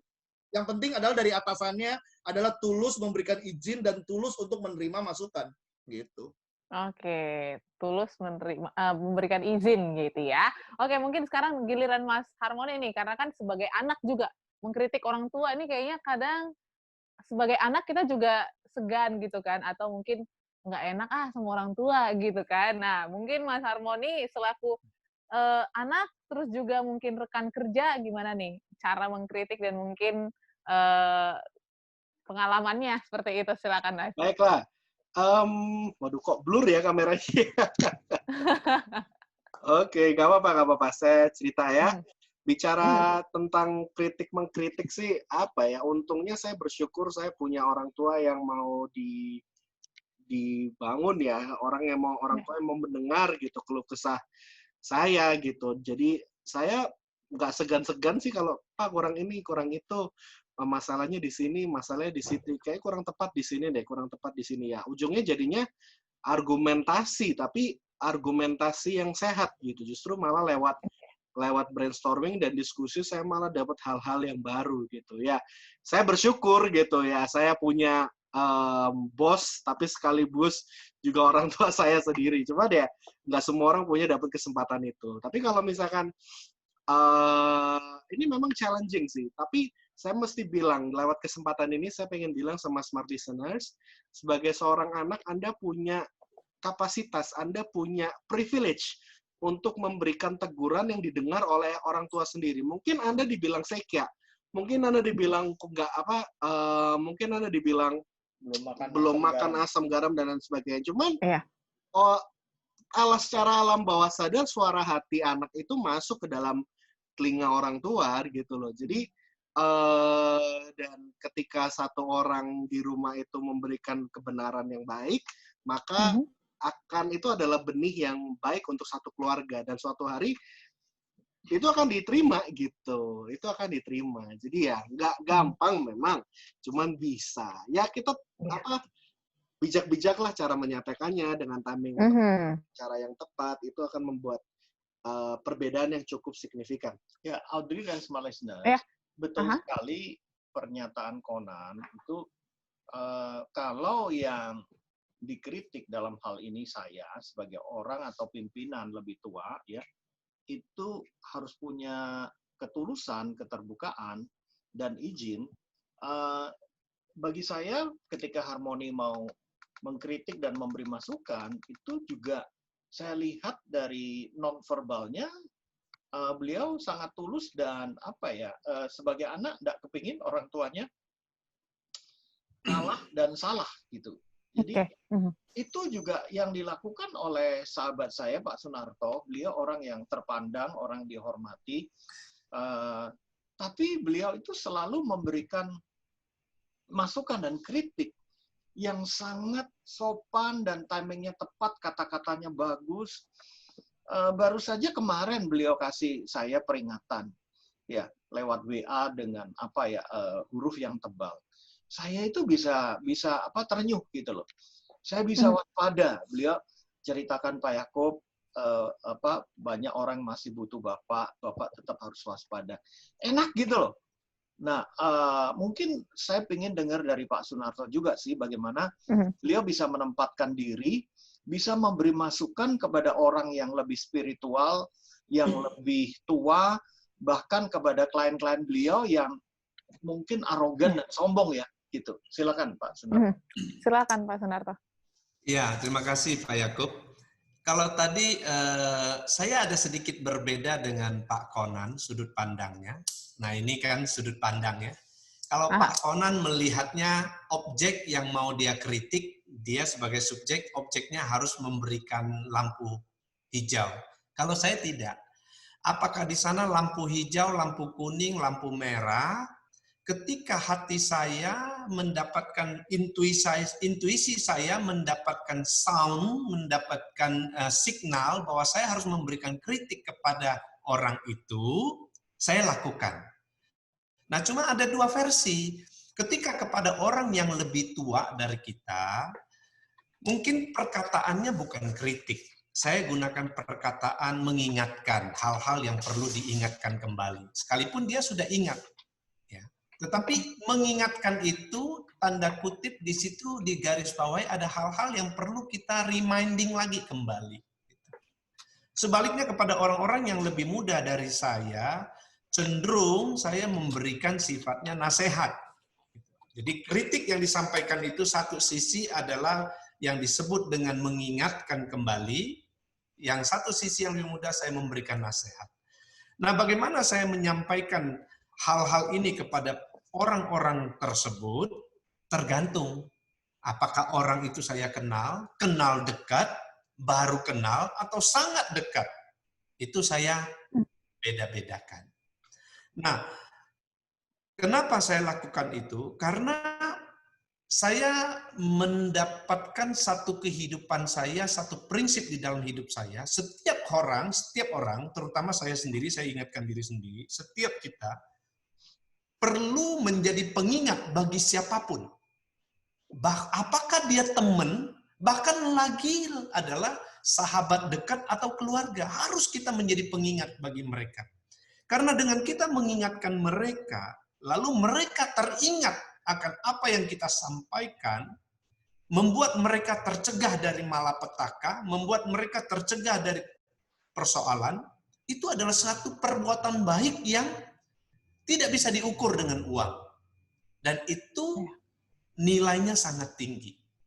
Oleh sebab itu, saya kadang-kadang kalau lihat tukang parkir saja yang belum kenal, sikapnya yang nggak benar, saya bisa parkir mobil, saya turun, saya panggil dia. Saya memberikan masukan kepada dia. Itu fungsinya. Jadi setiap kita itu punya fungsi. Dan menurut saya, fungsi yang saya lakukan ini adalah fungsi yang mengandung nilai memberi manfaat yang baik bagi orang. Nah, untuk menyampaikan nasihat, menyampaikan peringatan dan sebagainya itu, supaya kita bisa memberikannya dengan baik dan bisa diterima oleh yang mendengarkan, saya percaya itu harus lahir dari hati kita yang motivasinya adalah kasih. Bukan ada apa-apa. Motivasi kita kasih. Seperti saya sampaikan kepada Pak Yakub. Saya sampaikan kepada teman-teman saya yang lain, bahkan kepada anak dan istri saya, bahkan kepada lawan bisnis saya. Ya, lawan bisnis saya yang konflik dengan saya masih memberikan peringatan jangan sampai terjadi hal-hal seperti ini, seperti itu. Nah, oleh sebab itu kembali lagi, ketika apa yang kita sampaikan kepada seseorang dan itu baik berupa nasihat, baik berupa peringatan, baik berupa apapun, kita bisa mencegah dia dari sebuah perbuatan yang tidak baik, atau bisa mencegah dia dari malapetaka, sesungguhnya kita sudah melakukan sebuah perbuatan yang diinginkan oleh Tuhan atas kehidupan setiap kita. Audrey, izin ya, saya tanya Pak Sunarto. Pak, kalau Bapak kasih masukan terus responnya jelek, bagaimana respon Bapak? Fungsi saya memang memberikan masukan. Ya, fungsi saya. Tetapi kalau tanya perasaan saya, kalau responnya jelek bagaimana? Ya kurang lebih sebagai manusia yang lemah, saya juga pikir, wah ini orang menjengkelkan. Malah marah gitu Pak. Malah marah, menuduh bahwa Bapak itu cari-cari masalah, gitu. Jadi lebih akhirnya jadi hubungan lebih nggak bagus gara-gara ke Bapak. Nggak bagus. Ya, nah itu pilihan dia Pak Yakub. Itu pilihan dia. Okay. Saya tetap akan hadir menjadi pribadi yang seperti itu, ya. Pilihan dia konflik dengan saya, mau menghindar dari saya. Selama saya tetap seperti ini, ya saya seperti ini, Pak Yakub. Karena motivasi saya bisa diuji ya oleh orang yang mendengarkan. Berarti kalau orang yang mendengarkan dia tahu dia salah lalu dia tidak mau berubah, ya terkembali lagi kepada yang bersangkutan. Jadi pada waktu Bapak kasih, terus dia menyangkal, apakah Bapak berargumentasi agar masukan Bapak diterima? Tergantung, Pak. Ya. Tergantung. Kalau saya melihat, ya kalau kasus per kasus, kalau saya melihat orang ini berargumentasi, tentu dia belum nyaman untuk menerima, belum nyaman untuk menyambut bola ini. Saya perlu meyakinkan lagi, saya mempersuasi, bernegosiasi, ya berargumentasi untuk meyakinkan lagi. Gitu. Ya, tujuan kita berdiskusi mengenai memberikan masukan dan nasihat, ini ujungnya adalah kita bisa menyelesaikan konflik, kan? Betul ya? Betul. Yes.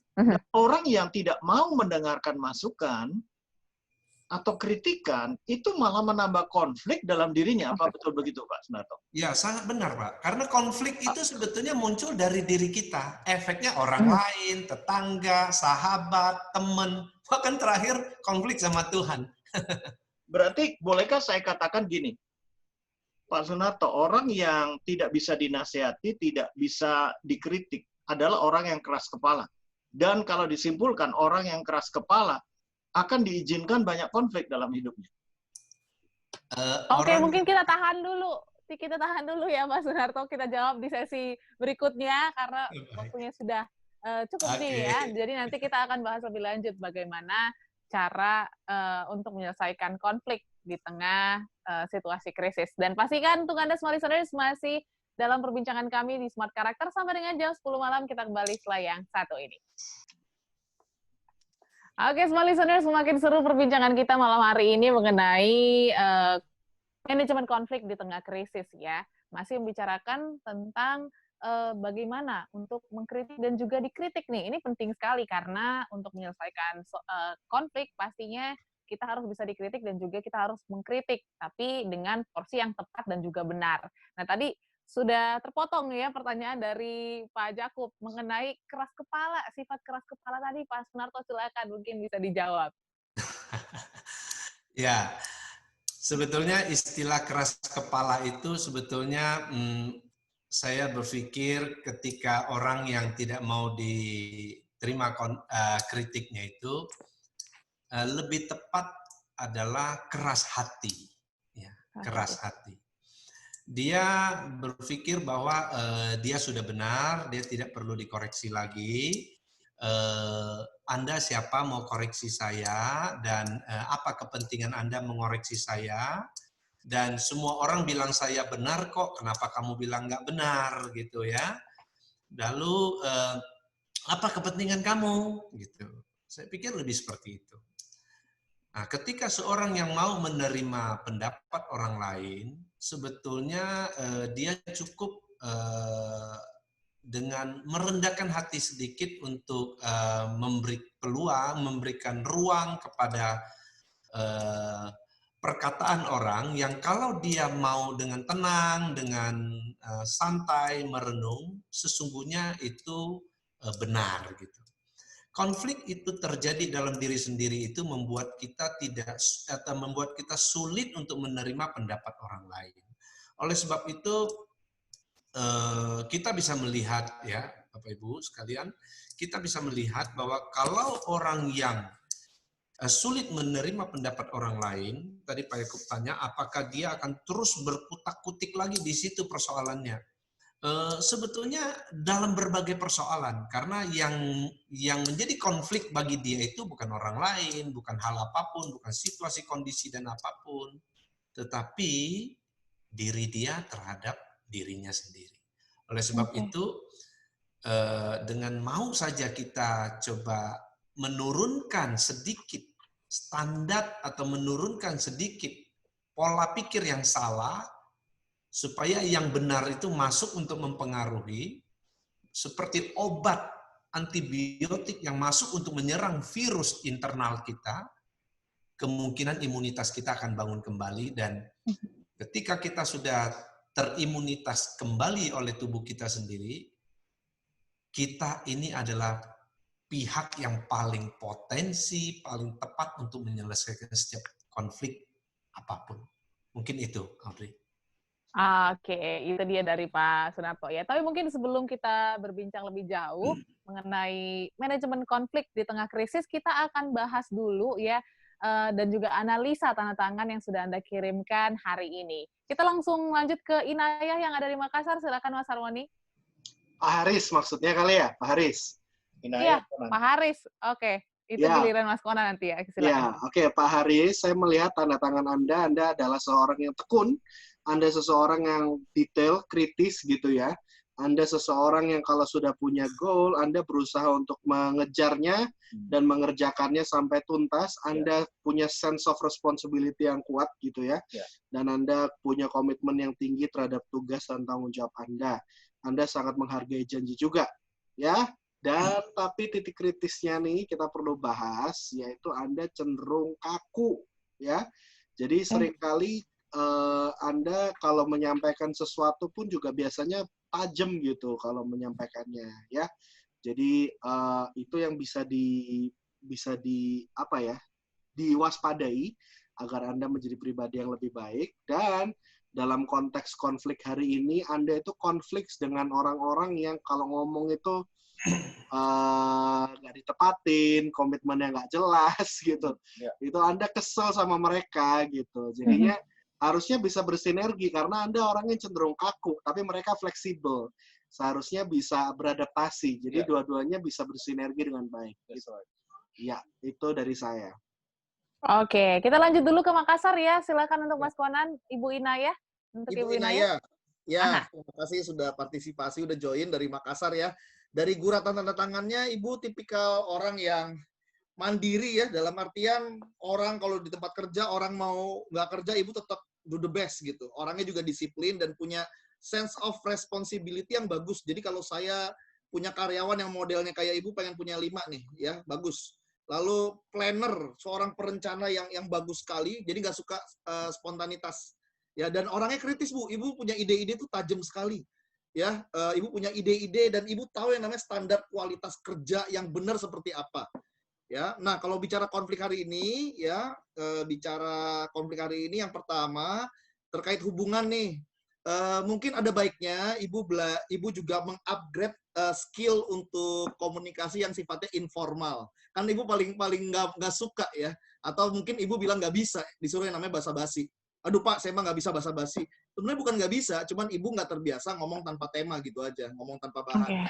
Tapi kalau dilatih bisa sebenarnya, karena ada orang-orang yang mungkin lebih baik kalau pendekatannya informal. Lalu bicara kompetensi tadi ya, people skill-nya harus Ibu orangnya task oriented banget. Masalah kerjaan beres, tapi kadang-kadang masalahnya bukan di pekerjaan nih, masalahnya adalah di hubungan, cara kita berkomunikasi, ya, pemikiran yang lebih objektif gitu. Karena Ibu orangnya cukup subjektif sekali, ya seperti itu. Itu sih.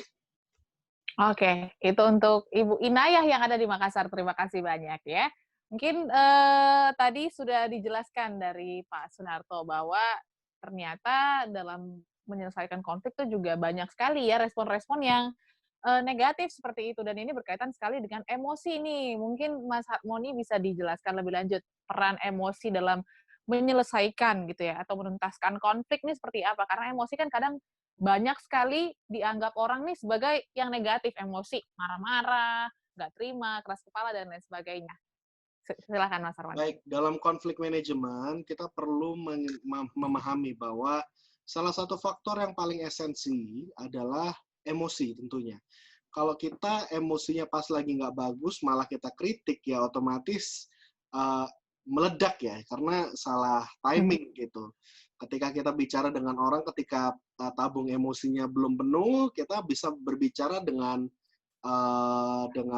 kepala dingin gitu, sehingga nggak perlu sampai terjadi perdebatan atau respon-respon emosional yang terjadi. Nah, bicara soal emosi itu, setiap orang itu punya monster emosi, Audrey. Jadi monster emosi itu yang bisa muncul ketika kita tidak terkontrol emosi dalam diri kita. Jadi setiap orang itu punya tabungnya, dan kapasitas tabungnya masing-masing tiap orang itu berbeda-beda. Ada yang tinggal separuh, ada yang pendek, dan lain sebagainya. Sehingga kalau tabung itu penuh, seringkali ketika kita meledak, maka logika, akal budi dan rasionalitas kita itu menjadi shutdown dan tidak bisa berfungsi dengan baik. Oleh sebab itu, ketika emosional, otomatis konfliknya malah jatuhnya agresif. Yang jatuhnya bisa menang kalah gitu ya, bisa antara gua yang pergi atau lu yang pergi, yang ujungnya gua mau cerai aja, gua mau cabut aja, antara kalau dia yang resign atau gua yang resign, misalkan kayak gitu. Pernyataan-pernyataan tersebut adalah ujung dari konflik yang menurut saya tidak sehat ya, tidak terselesaikan dengan baik gitu, sehingga harus terjadi perpisahan ya. Nah, agar itu tidak terjadi, kita harus menyadari bahwa faktor emosi itu penting. Jadi kalau kita mau emosi kita udah naik nih, kita udah berasa diubun-ubun, kita mesti sadar, oh ini udah nggak bagus nih, ini udah nggak sehat nih, ini kayaknya perlu break dulu, kita perlu menyendiri dulu untuk supaya menenangkan emosi masing-masing. Nah, itu tanggung jawab pribadi setiap kita agar monster emosinya itu nggak keluar. Jadi itu ya, jadi hati-hati karena seringkali orang-orang yang begitu konflik terus emosional meledak gitu ya, bisa macam-macam responnya, bisa gila, bisa ada yang ngelempar piring, mukul, bahkan ada nggak sedikit yang melakukan hal-hal bodoh seperti mengeluarkan pisau, melukai, bahkan membunuh. Itu ada gitu loh.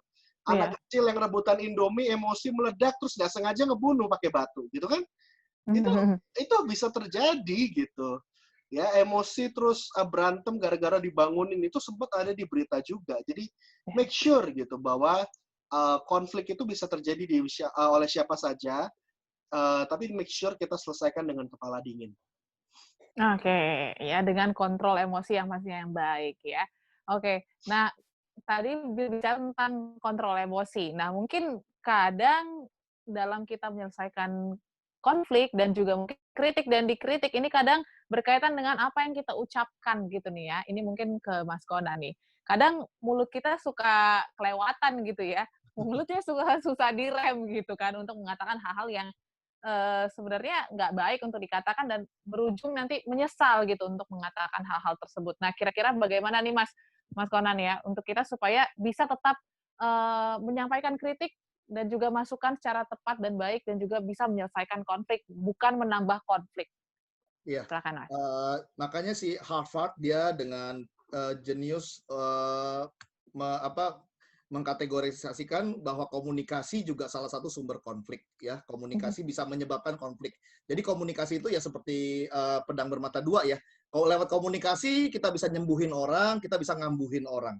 Lewat komunikasi kita bisa meredakan peperangan tapi bisa membakar peperangan lewat komunikasi. Karena komunikasi ini kan gimana ya? Seni ya, abstrak gitu. Dalam artian gini, kalau dalam kehidupan nyata saya lempar apel ke Audrey pasti nangkep apel gitu, nggak mungkin durian gitu kan. Yeah. Jadi komunikasi apa yang kita lempar itu yang ditangkap bisa beda loh. Makanya kita nggak selalu mengatakan apa yang kita pikir kita katakan gitu loh. Karena tiap orang beda-beda. Nah itu bisa jadi pemicu lagi, penambah lagi. Nah tapi kan komunikasi ini kan hanya ekspresinya kan yang orang dengar ya. Tapi pemicunya kan tadi dibahas sama Harmoni, emosi. Bukan hanya emosi, pikiran. Makanya di mana letak emosi? Di mana letak pikiran? Kira-kira sebelum ngomong, pas lagi ngomong, atau sesudah ngomong? Sebelum ngomong mikir, pas lagi ngomong mikir, atau sesudah ngomong kita mikir? Ada yang bilang, ya sebelum lah Pak. Ada yang bilang sesudah. Saya bilang tiga-tiganya. Kalau bisa ketiga-tiganya sebelum ngomong mikir dulu. Tapi kalau sampai kita kelupaan, karena kita lagi emosi, kita lupa mikir sebelum ngomong, terlanjur udah ngomong nih. Mungkin ngomong ini kurang bagus, kurang oke, kurang bermartabat ya. Lagi tengah-tengah ngomong, sambil mikir tuh. Aduh, kok gue ngomong begini ya? Dan jangan gengsi untuk cut itu. Itu bisa, jangan dibablasin deh. Gak worth it, bener deh. Kagak worth it banget kalau kita bablasin komunikasi yang memperdayakan orang gitu. Komunikasi harus memberdayakan. Nah, tapi kalau kita sampai sebelum ngomong lupa, pas lagi ngomong juga lupa ya, karena sangat emosional, lupa. Ya, make sure sesudah ngomong kita mikir, apa yang salah tadi ya? Kalau benar-benar ada yang salah, ya minta maaf. Tapi kenyataannya orang, yang sering jadi masalah apa? Sebelum ngomong nggak mikir, pas lagi ngomong nggak mikir, sesudah ngomong nggak mikir. Yang mikir orang yang diajak ngomong. Kok ada orang ngomong nggak disekolahin bibirnya, gitu. Dan mikir orang lain. Kitanya Iya, enggak. iya. Make sure libatkan pikiran pas kita lagi ngomong. Ya. Oke. Lalu terkait emosi, kalau kita lagi emosi jangan ngomong. Kalau orang lagi emosi jangan diajak ngomong ya. Karena komunikasi bukan talking ya. Speaking ini bicara ada timing, ada cara, ada porsi, ada motif. Ada motifnya. Saya ngomong ini ujungnya mau kemana nih? Ya. Ya. Maksudnya apa nih? Ya ada motifnya, ada porsinya. Ya, kita tahu harus ada porsinya, evaluasi juga harus ada apresiasi seperti itu. Ya ada porsinya, ada caranya. Orang bilang, nanti saya kalau ada orang begini ya, kita harus tahu kelebihan kita apa, kasih tahu kalau lagi interview, Pak, nanti kalau saya ngomong kelebihan saya disangka sombong. Ada orang mikir gitu. Padahal sombong enggak bukan masalah apa yang Anda ceritakan, tapi bagaimana Anda menceritakannya. Ada orang cerita liburan ke 3 benua, pas abis dia cerita, kita kayak terberkati suatu saat pengen deh ke 3 benua. Tapi ada orang cuma cerita, abis liburan dari Dufan, belagu banget. Ya, padahal cuma dari Dufan loh, tapi berasa kok sombong banget gitu ya. Ternyata bukan apa yang diceritakan, tapi gayanya. Orang dibilang songong, tengil, belagu, itu dari gayanya. Ilmu komunikasi membahas 7% dari apa yang kita katakan. Tapi ini udah penting nih, ini startnya. Karena start dari sini. Ya, 7% apa yang kita katakan. Nah, 7% ini mengandung apa? Pertama, pilihan kata. Pilihan kata penting loh, apa yang kita mau katakan. Ya, pilihan kata baik yang keluar maupun yang kata-kata yang masih di pikiran nih. Jangan simbolisasi orang sebagai si rese ya. Ini kan si rese. Kalau kita sudah mengsimbolisasi orang ini sebagai si rese, itu respon kita sudah, cairan tubuh kita juga mungkin sudah nggak enak. Ya siapa sih yang mau sama orang rese? Nah itu pilihan kata penting ya. Lalu konteks. Ingat kita ngomong konteksnya apa nih. Jangan melebar-lebar gitu loh. Ya merembers kemana-mana. Harus tahu konteks kita ngomong batasannya mana. Hari ini jangan dosa 10 tahun lalu diungkit. Ya nanti makin sakit kan gitu kan.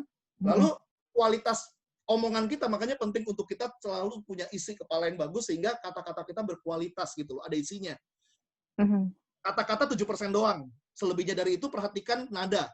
Nada bicara penting banget ya. Nada kita ngomong penting sekali. Ya. Lalu yang ketiga adalah body language, cara kita gesturnya itu loh. Gestur ketulusan kan beda ya. Ya, gestur ketulusan, ya nada yang tulus, nada peduli, gestur peduli. Jadi perhatikan sih biar dari pilihan kata, words, kualitas kata, ya konteks perkataan, lalu intonasi dalam berkata-kata sama body language, ya pastikan apa yang keluar itu hal-hal yang membangkitkan orang, bukan yang menyakitkan orang gitu. Yang memberdayakan, bukan memperdayakan. Ya, yang mengarahi, bukan memarahi. Memberikan satu arahan gitu loh. Ya, memberikan satu arahan. Dan lewat komunikasi ini akan banyak hal jadi lebih baik sih. Ya, karena seringkali ya masalahnya cuma salah paham. Nah, komunikasi itu kan memperjelas sebenarnya.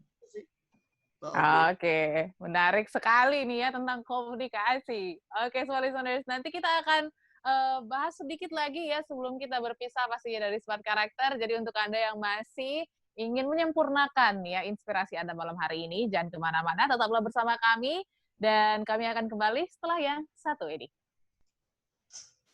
Terima kasih semua listeners untuk Anda yang masih bergabung bersama kami di Smart Karakter malam hari ini. Dan sudah masuk di sesi terakhir ya dari perbincangan kita, kurang lebih sudah 2 jam. Tapi mungkin sebelum menutup perbincangan kami hari ini ya, mungkin dari Pak Sunarto dulu deh terakhir ya. Bagaimana sebenarnya cara kita atau how we manage konflik in crisis, sebenarnya itu kita harus bersikap seperti apa? Silakan Pak Sunarto.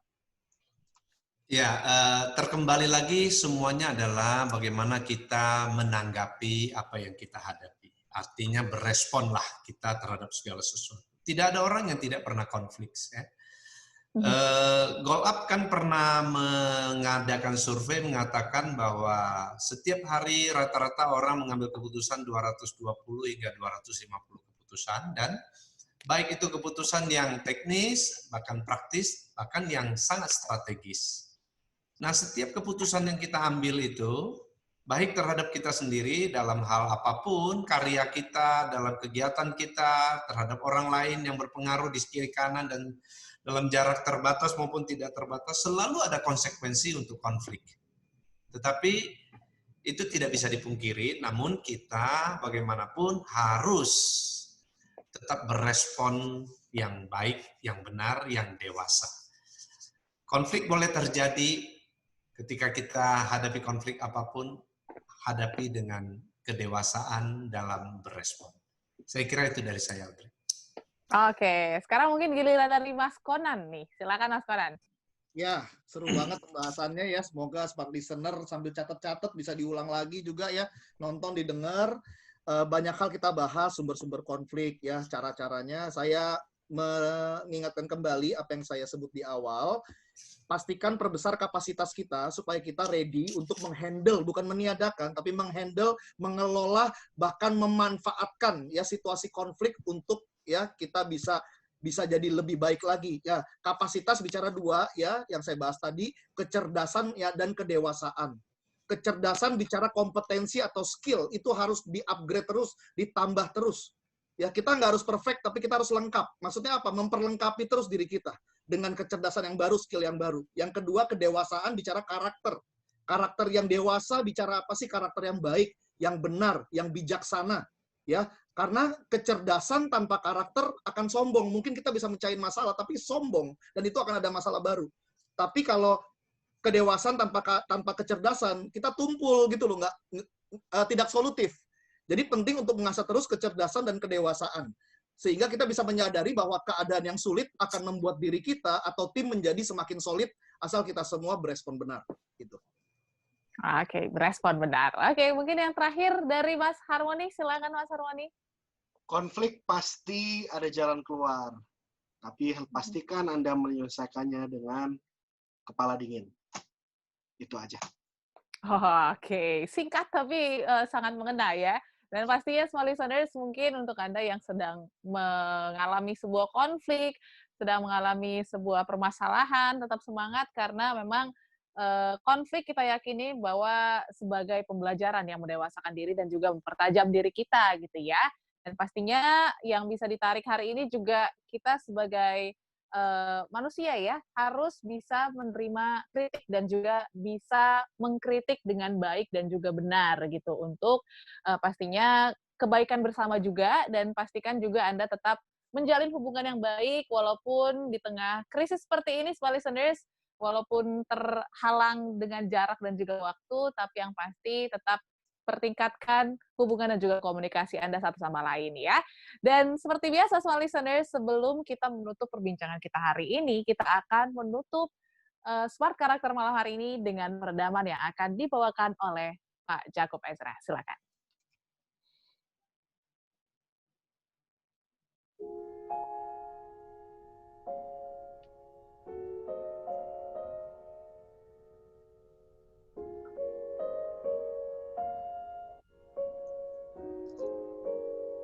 Konflik bagi saya melatih mental saya. Konflik bagi saya meningkatkan kapasitas saya. Jika saya melihat konflik itu dengan sudut pandang yang benar. Yang pertama, saya tidak menghindar dari konflik itu, tetapi saya mengatasi konflik itu, menghandle konflik itu, memanfaatkan konflik itu menjadi sebuah kesempatan untuk belajar. Pada saat konflik, saya mengevaluasi diri saya. Pada saat konflik, saya belajar untuk menerima pikiran orang lain, perasaan orang lain, kemauan orang lain. Dan pada waktu itu, saya diperhadapkan dengan pilihan menyerang atau mengalah. Kata mengalah bagi saya adalah tabu karena sifat saya adalah berperang dan menyerang. Tapi ketika saya merendahkan hati saya, menurunkan ego saya melihat terang, saya melihat pintu, saya melihat jalan, saya melihat solusi, dan akhirnya saya memilih untuk berkorban. Mengalah bukan berarti kalah, itu prinsip saya. Saya mengizinkan orang lain seolah-olah menang atas saya. Saya mengizinkan orang lain seolah-olah bangga terhadap kebodohan saya. Tapi itulah yang disebut right response, smart listener. Right response bagi saya adalah pelajaran yang sudah lebih dari 30 tahun saya ajarkan kepada publik. Karena right response adalah berespon benar ketika situasi tidak benar. Berespon benar ketika orang lain tidak benar. Dan berespon benar ketika barang-barang keliling kita tidak benar. Dan ketika saya berespon benar, sesudahnya saya teduh, saya tenang, dan saya menemukan bahwa memang itulah solusi atas konflik. Berespon benar, berespon dewasa. Saya melatih diri saya terus-menerus agar konflik itu tidak menjatuhkan saya. Minimal saya bisa bertahan. Smart listener, dalam kehidupan ini seperti ring tinju, arena untuk berperang. Kadangkala musuh membuat kita jatuh, bahkan membuat kita mati. Tapi ingatlah, nasihat saya malam hari ini. Dalam perjalanan hidup saya, puluhan tahun mengajarkan karakter berespon benar adalah solusi yang paling luar biasa. Dan untuk bisa berespon benar, kita harus mengalahkan emosi kita, pikiran negatif kita, asumsi kita. Right response, always right response.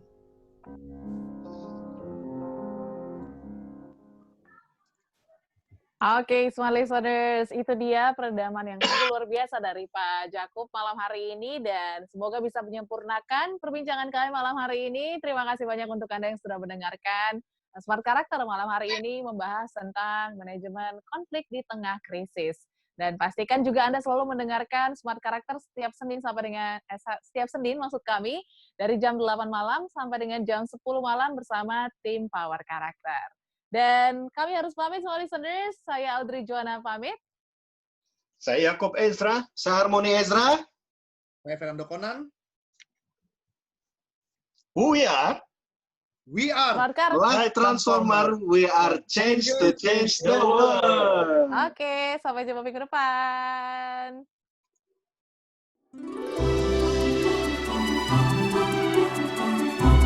Baru saja Anda menyimak Smart Character bersama Power Character based on Business Transformation. Awali kesuksesan Anda dengan perubahan karakter. Terima kasih dan sampai jumpa.